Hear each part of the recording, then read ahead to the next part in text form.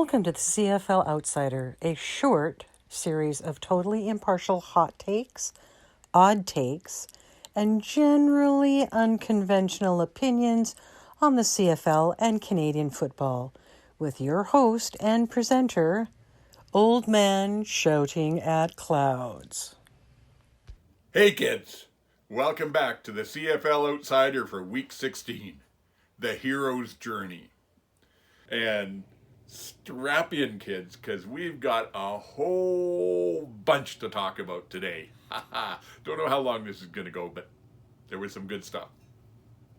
I remain, as ever, your 100% impartial, totally unbiased, and very excited host and presenter, Old Man Shouting at Clouds.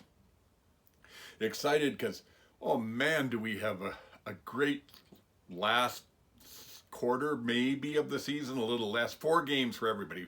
We're all at 14 games now, and it is going to be some good football. I mean, it looks like Montreal is going to end up top team, but we don't know that for sure.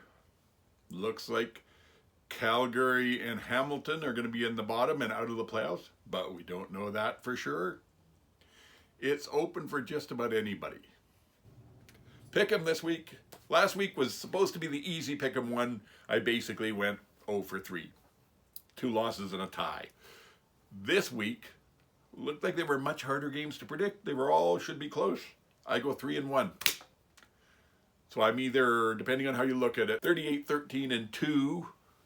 Or if you trust the website, they seem to give you credit for the tie. So that would be 40 and 13. So 40 out of 63, 63%. And fantasy, I did not bad. I would have liked to get over 100. I didn't. I got 92.4. But I took Bo at the quarterback and Raquel Armstead at running back, and between the two of them, they gave me 60.5 points. So the others didn't do that well at all.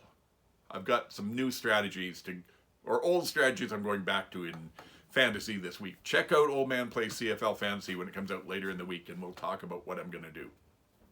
And I was thinking this might be a kind of good time to talk about the hero's journey. Who's going to live out that classic tale for this year? Hero's journey is a storytelling method, conceit, whatever. It goes back to Gilgamesh, which was way back before the Romans and whatnot. I can't even remember whether it was the Sumerians or who it was that came up with that epic. And it goes all the way through to modern day Avengers, Infinity Wars, and Endgame. Same thing. The hero starts out. He has a mission. He has a quest. She may have a mission. They have a, let's be nice and gender correct. The hero starts out. They will have a mission, something that they need to accomplish. And they set off on it. And then they go through heavy trials and tribulations. And that makes up a bulk of the story as they're tested. And they learn if they're worthy. And then at the end, the hero starts to come back to redemption and makes his way back and conquers everything and emerges as the hero. So, there's a few teams that are kind of like that now. There's all the teams that started out so bad at the start of the season. Hamilton, Edmonton, Winnipeg, they had their adversity early. And now they're turning it around, and it may be too late for Hamilton, but maybe not. Might be too late for Edmonton, maybe not. Winnipeg is looking as good as they ever did. I don't think it's a hero's journey year for Calgary. I can't see them turning things around. Toronto hasn't really been sort of the hero's journey. They've had successes and failures up and down all season. Same with kind of like Ottawa there too. And Montreal, they haven't had a lot of adversity until this last couple of weeks. It's kind of late for them. So really, I think it's the Riders and the Lions that we'll see which of them becomes the hero. Can one of them now come out of this really ugly slot of games that they've both had and move forward and become the hero, the Grey Cup champion? I do have a little bit, not necessarily a rant, maybe a non-rant, more of I guess maybe an apology. I will apologize to Bo Levi Mitchell right now. I thought that he was done. I made no bones about it. He had 5 years of subpar football coming into this year. I thought it was over. There was no comeback to be had. But watching him this year, man, Bo, you are doing amazing. You're looking better than maybe you ever have before. Earlier in the season, you looked unconfident and you were sailing throws high or pulling them short when you thought maybe a DB was close by. But now you're standing in there and making those throws. You're going through the reads. You got a full confidence in that offense. I even saw you this weekend in the middle of a throw, just slow your arm down slightly to let a defender flash through the passing lane and then carry on for a completion. It was just amazing, so yeah, congratulations, Bo. You are back. I'm voting for you as an all-star, and maybe we'll find out if you guys don't make the playoffs, which you might not. Can an MOP come from a non-playoff team? Because you're the best in the league right now. But the Boveralls thing, they might look good, but new name, please. Anyway, let's go on to game one, which was Hamilton 33 at Toronto 31. Phoenix. That's the Ticats rising from the ashes. Man, they're looking good. Mind you, Toronto, yeah, I don't know. Up and down and up and down. The Chad started his game the way that he has in a lot of them. Not good. His first completion was to Stavros Katsantonis of the Tiger Cats, so... and then, how as a professional quarterback, how do you forget that they have to whistle the play in before you snap the ball? It's stuff like that I don't understand him or that team at all. Now, I will say, I was talked last week a little bit about the goddess, the woman in goddess form that I am lucky enough to share my life with. She very rarely watches football with me. Sometimes, though. She's a bit of a BC fan. So she'll watch those games occasionally. For some reason, she sat down and watched this one with me, or parts of it. There was one of the plays where a defender kind of got blocked or pushed into the quarterback's legs. I can't even remember which team it was for. I think it was in the first quarter or so. Anyway, kind of got pushed into the legs. And she said to me, now, let me say, first of all, the goddess is the most compassionate, caring person I've ever met. She genuinely loves seeing people do well. She's the last person that would ever want to see anyone hurt unnecessarily. So there's this play where she gets rolled in and it doesn't hurt the quarterback, but because the legs get hit, it's a roughing the passer call. And she says to me, well, wait a minute, how come that's a penalty? The defender didn't have any choice. He got thrown basically into the quarterback. And I did this whole explanation about, the onus is on the defender. It doesn't matter if it's intentional or not. The defender has to avoid the quarterback. Otherwise, it's a penalty, and it's a major one in that. And the response from this wonderful, caring, compassionate woman was, well, that's fucking stupid. What's a defender supposed to do? I don't know. Anyway, what else? I noticed the Chad was happy to come out and do a halftime interview when they had a bit of a lead there. How come he's not out doing those when he's got something to actually answer for? Again, a little more accountability, please. And he is still, anytime anybody gets near him, if he gets brushed or knocked down or anything, he's up, pointing at the face mask, pointing at the pointing up at his helmet. I want a penalty, I want a penalty, I want a penalty. And when he's got, I don't know. I will say that I thought the Hamilton coaches, Milanovic on offense, overcoached when they had that 5-play run trying to get in from the 1-yard line. And he started out with a sneak, and then he went to other stuff, and then he went running. He should have just, at 5 tries, once they got that second set of 3 tries, just keep letting Litre take the short yardage and in. One of them would have punched it in. But no. So they got the field goal. And I guess the only other couple of things, I love watching Ante Litre. I don't know what happened to the Milanovic part of the name, but Ante Litre played football. He is the epitome of football, or at least Canadian football, the way I see it. He's never going to be a huge star in the league.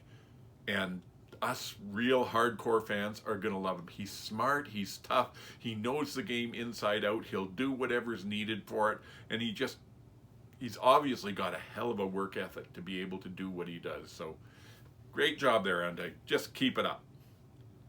And I guess the last sort of comment from this was Benji Franklin with the Argos is coming on quite well. They might have lost Fontes Steger at corner down to the NFL, but Benji Franklin's being a nice replacement.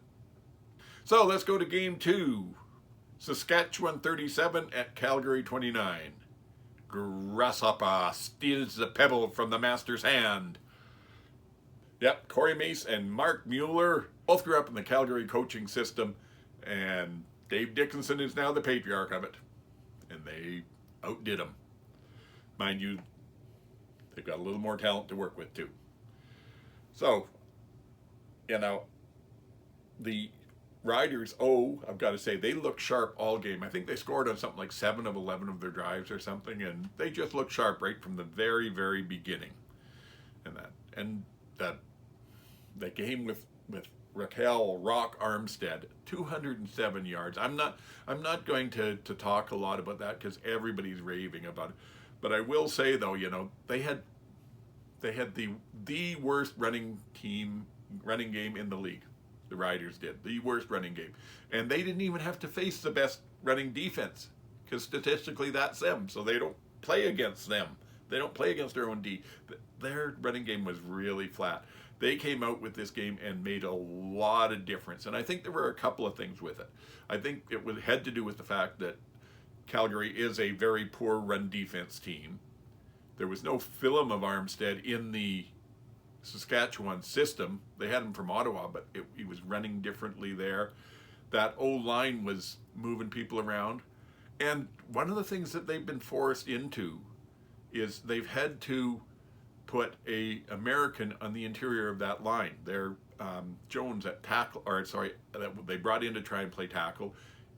Tate is now at tackle and he's moved into guard. They've just run out of Canadian O-linemen, so they're playing an extra Canadian receiver.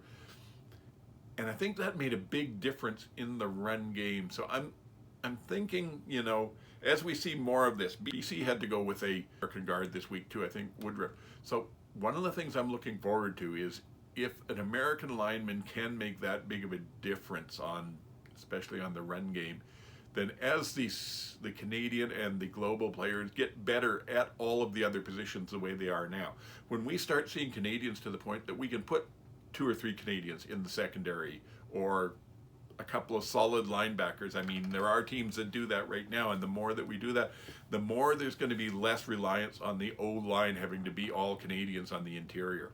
And I think the game, another 5-10 years, the game will be much better as we move those Canadian players around the field and don't concentrate them all on the O-line. My thought, my opinion. Let me know in the comments whether you agree or disagree. What else do we have here? Roland Milligan was out. Amari Henderson did a great job with him at the boundary halfback. And I've been looking at that and seeing the players that are playing that spot across the league, and I'm starting to think that may be the most defensive position on the team. Boundary halfbacks are really making a lot of plays, and you're seeing teams put their best players right in there. I also thought that Jason Ford and Kosi Onyeka were absolutely demon headhunters on the special teams. They were blowing people up left, right, and center. I was slightly annoyed, not unexpected, but slightly annoyed when Armstead ran so well, and then when they got down right on the goal line, Patterson and Harris vultured up the TDs. I did have Armstead at fantasy running back, by the way, so that was annoying me. Now, the one thing I wasn't all that impressed with the Riders this game was they were running a lot of stunts on the defensive line, and whenever they did, their defensive tackles weren't getting outside and getting contained. Their Mayer was ending up breaking the pocket, and so they're going to have to work on that. I don't know if it was specifically the way Calgary seemed to be playing the stunts where they would double team the tackle coming around, but that's not working. They're going to have to fix it up a little bit somehow. See what else? Oh, other than that, though, the Riders definitely played with confidence. It was kind of a workmanlike thing. It looked like early in the season, again, they just went out there and did what they had to do. They weren't tight. They were playing loose, and for a change, the breaks went their way. The ball bounced their way. There was that early throw where I think it was Johnson fell down and Harris threw the ball right into the numbers on Demario Houston, and he just watched it, which helped, as far as the Riders were concerned. But so they had some breaks go their way, but they were also, it was just the way that they were playing. The line, making the holes, and Armstead running, it did look good. And you saw when the backup, Bertrand Houdon, came in, you saw the difference between like a really good running back and a serviceable backup. Armstead was able to read the line, see where it was going, and bounce the ball to where the hole was, whereas Bertrand Houdon basically went where the play was called and got what he could out of it. I'm just going to call Schaefer Baker's latest touchdown celebration the Angry Yeti and move on from there. I don't think I want to think about it any more than that. And it was kind of a completely different game between the two halves. Harris had 200 yards passing in the first half and under 50 in the second half. In fact, he threw, I think it was 4 or 5 passes in the second half, 1 in the third quarter, and 3 or 4 in the fourth quarter, which would make you think that they were off the field and Calgary was dominating time possession, but it wasn't that. They were just running and running and running, just absolutely running over people. Got to say, they did well and showed, again, some impressive big brass ones with the Riders. 6 seconds left on the clock, and they run that quarterback sneak. If they hadn't got in, the time probably would have been off on the clock and no chance for a field goal. But they were playing solid, left Trevor in to go vulture one of those touchdowns up, and got it done. I guess it just goes to show, to paraphrase Any Given Sunday, the seconds you need are all around you. What else can we talk about here with this? Let's see now. Odell Willis used to say that pressure breaks pipes. And maybe that explains some of the Calgary coaching decisions, because Coach Dickinson's a very good coach, but some of the decisions he was making seemed awfully questionable. And he is in uncharted territory for himself right now. I will say this, though, too. The Riders are still, when it's clutch time and on kick returns in important situations, they're still taking holding calls, and that's hurting them. If they want to go on and make a real run at the Cup this year, they've got to clean that up for sure. And any other thoughts on it? Well, the Riders are playing, like I said, well on both sides of the ball with confidence. They look like a team that believes in themselves again. We'll see. It was against sort of the worst team in the league right now. So how do they do against Ottawa this week? Can they replicate that sort of stuff? I'm hoping so, because when they're playing well, they play some great football. Now, you've probably noticed everything in this game has been about Saskatchewan. I didn't really mention Calgary at all, and I'm just trying to remember the rule my mother taught me. So we'll leave it be there. And we'll move on to Game 3. Montreal 24 at Ottawa 13.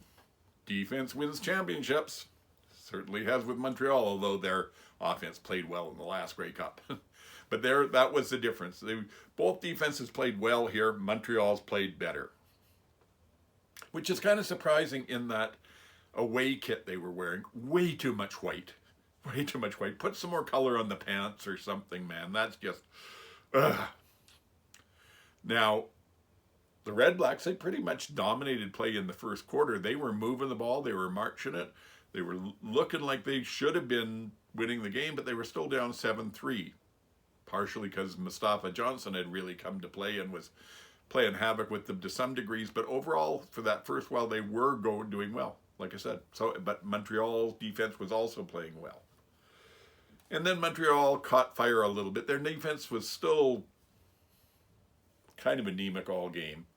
So we'll see how they do this week against Toronto. But they got enough in to to get done what they needed to. And when the Red Blacks tried to counter by bringing Mazzoli in and getting the lift like they did last week against Hamilton, the Als countered that quite well. They blunted the effect, they managed to hold them to a field goal, and that kind of set the tone for the rest of the game. It didn't make the big difference the Red Blacks were hoping for. It was nice to see Deontay Ruffin embracing Quebec culture, though. What did get, again, I think that the one thing that they don't do well on the coaching is they're too impatient. They went for a 2-point convert and didn't get it too early again, and broke up their own momentum. Later in the game, they went for it on third down with, I think, 4 or 5 minutes left in the game, and in their own end, where they really didn't have a chance. It was a long third down.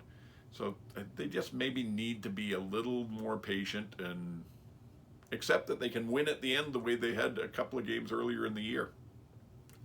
And the last thing I'll say about this is, I think I said last week, my new rule going forward was if Drew Brown had a bad day, I was picking him in fantasy next week, because he sure seems to bounce up and play well afterwards. Real glad I didn't follow that rule this time, because it was not, he's 2 bad games in a row for Drew. We'll see. They said he was hurt. I don't know is he hurt or not. We'll see who plays, who starts for them against Saskatchewan next week. That should be a heck of a game. And that takes us to game 4. Winnipeg 27 at Edmonton 14. Family picnic. Did you know that the Ford brothers were twins? One for Winnipeg and one for Edmonton? If you didn't know it before the game, you sure did afterwards if you were watching on TSN. They started in the pre-game show with a shot of them getting to the field early and out there on the field just playing catch together. And I thought Coach Barker on the panel was going to stroke out over it. They seemed to think this was the worst thing that you could possibly do. You should be focused on them being the enemy right then. But hey, it's brothers. What can you do? I did think the Elks defense played really well, and kudos to them on the one point where Claros took about a 4 or 5 yard run and then slid. They played that perfectly. Never touched him, no injury to a quarterback. It was great, and they really were playing well all the way through the thing. I believe that Winnipeg took 4 turnovers from the Edmonton offense in the first half, and it was still a 3-0 game at halftime. So the Edmonton defense really did play well. And, speaking of stroking out, did anybody else notice, I think towards the end of the first or early second quarter, the video looped for a minute and kind of did this stutter thing? I thought maybe it was the big one for me. But then they fixed it. That's cool. Rankin is another back that runs angry. I like that. They've got some good backs there in Edmonton. It's the chicken dance as a touchdown, Sally. Needs to be retired. I don't know what. I've heard some sort of explanations about it. It makes no sense. It is stupid. Just stop it. Go for something better. There was an awful lot of holding on the O-line and not getting called. So I'm assuming that some of the crews at least, and maybe even all of them, because all the games seem to be letting more holding go, but this one in particular seemed to be, it could be, as I've said before, as handsy as the Chad and not get called. I don't know. I guess it does make the game more exciting when the scoring plays stand up, but as long as it's consistent, I guess. That's all we can ask for. I will say late in the third quarter there, Rankin went on that, I think there was a 53-yard run around the outside up the sideline, and Cobb, is it Gavin Cobb, I think, from the Elk, beautiful block that sprung him and got him out of there. That was nice to see. And so another thing, football, this is a little on the obscure side, but football occasionally makes me think I should convert to solipsism. I believe that's how you pronounce it. I think so. If anybody wants to look it up, it's SOLIPSISM. Anyway, but yeah, and why? Well, because sometimes I think I got far more control than I realized. This game, I literally said to my television, okay, time to start throwing the ball to Gino. I need some fantasy points from him. Next play, touchdown pass to Gino. Oof. Don't know how they're listening to me, but I'll take it. He was one of the few other players besides Bo and Rock that actually got me, I think, over 10 points. What else do I have here? One thing, I think a lot of people missed just how dominant Edmonton was with their ball control and time of possession. At the end of the third quarter, they had a whopping 4 seconds more time with the ball than Winnipeg did. And then there was Sergio Castillo. Amazing kicker and accurate like you would not believe. I've never seen someone hit the same spot on the goalpost twice in one game. That is accuracy. Glenn Suter was raving about Brady Oliveira in this game, and he played a good game. I think he ended up with 127 yards, and he finally got 2 touchdowns. But that wasn't what won the game for them. What won the game was that Winnipeg defense and the turnovers that they were forcing. So yeah, give Brady some love, but let's not push it too far just yet. We also had in the fourth quarter an unnecessary roughness on Morgan with the elk that was ridiculous. Player caught a ball. He came in, made a hit, didn't touch his head. They still throw the flag saying and the commentators are saying it's a defenseless player. You can still touch a defensive player. You just can't wipe him out. He's in the middle making catch. Yes, he came in. He hit him on the body, not on the head. Should never have been a penalty. Never. And I guess the last thing is, I will say this. When the Elk kicked that single point with 6 seconds left on the clock, I said to myself, if that ends up being the difference and they win the season series over Winnipeg, I'm going to lose my mind. I think there's very little chance of that, but it could happen. You never know. Anyway, that's the week. Maybe now just some extra points before we get done here. The more that TSN shows that useless sort of just static shot of the command center when there's a challenge, I'm just finding I get more and more pissed off every time they do it. I'm probably going to have to buy a new TV before the season's over because I'm going to throw something at it at one time. What a useless, stupid thing to do. You know, it would be much better to just not have done any interaction with the command center than to put up, being grumpy old man. We'll stop that now. But anyway.